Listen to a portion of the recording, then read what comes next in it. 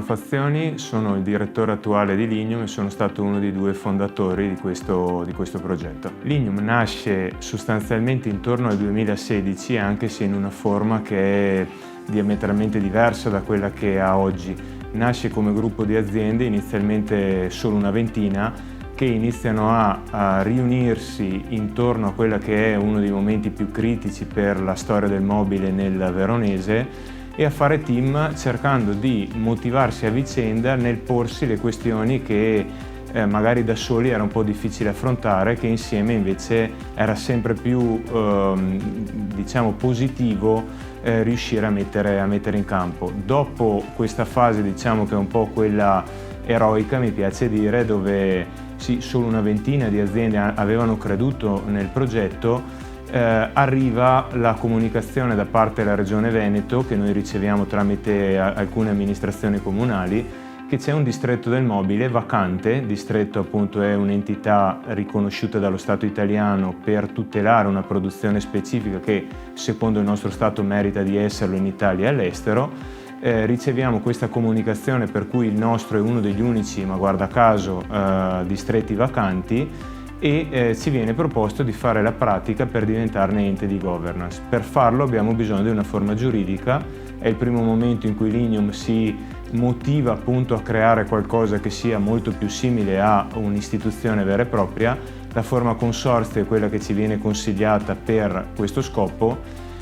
anche se motiva, diciamo, delle discussioni molto importanti, perché i consorzi veronesi del mobile sono stati enti che nel passato hanno portato anche esperienze, diciamo, fortemente negative, che hanno toccato la psicologia e l'approccio dei nostri imprenditori. Noi lo ripetiamo sempre, siamo consorzio solo per questa esigenza squisitamente giuridica, ma ci riteniamo un ente interaziendale. Oggi Lignum conta 64 aziende che sono il frutto di una serie di progettualità degli ultimi anni e che noi stiamo creando guardando al futuro. Sono almeno di due grandi famiglie, una che può sembrare poco economica ma che in realtà riguarda il medio-lungo termine, ed è quella della formazione, per cui noi riteniamo che i grossi gap del settore siano gap a livello formativo e incapacità di dare quel turnaround che di solito le aziende dovrebbero avere. Abbiamo quindi creato l'anno scorso, dopo anni e anni di latitanza, una scuola, un corso di alta formazione su Verona, quindi l'abbiamo spostato con forza da diciamo i paesi di produzione a Verona per facilitare agli studenti ad accedervi,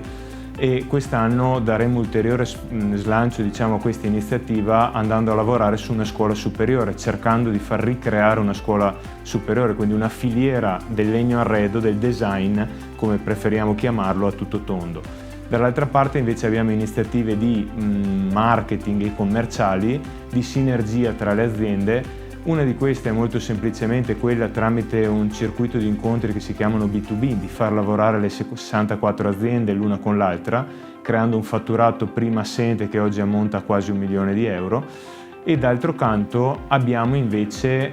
iniziative rivolte verso l'esterno, quindi gruppi di aziende che Lignum aiuta a mettersi insieme per raggiungere per esempio l'Arabia Saudita, piuttosto che per raggiungere mercati italiani apparentemente minori, ma molto più importanti per un altro genere di aziende, che sono quelle terziste, quelle di produzione conto terzi, perché non è da dimenticare che Lignum al suo interno ha più di un'anima e deve cercare di tutelarle tutte. Di Lignum mi motiva molto l'aspetto apparentemente antieconomico di tutto quello che si va a fare, che come primo ritorno al territorio, ma soprattutto alla sinergia tra le persone. In Lignum io ho conosciuto le persone più che gli imprenditori, e tutti i giorni quando cerco di guadagnare un centimetro per loro lo faccio effettivamente senza pensare al loro brand, ma pensando alle loro persone, a quello che come Lignum cerchiamo di fare a favore di un territorio che è quello di Verona nella sua globalità,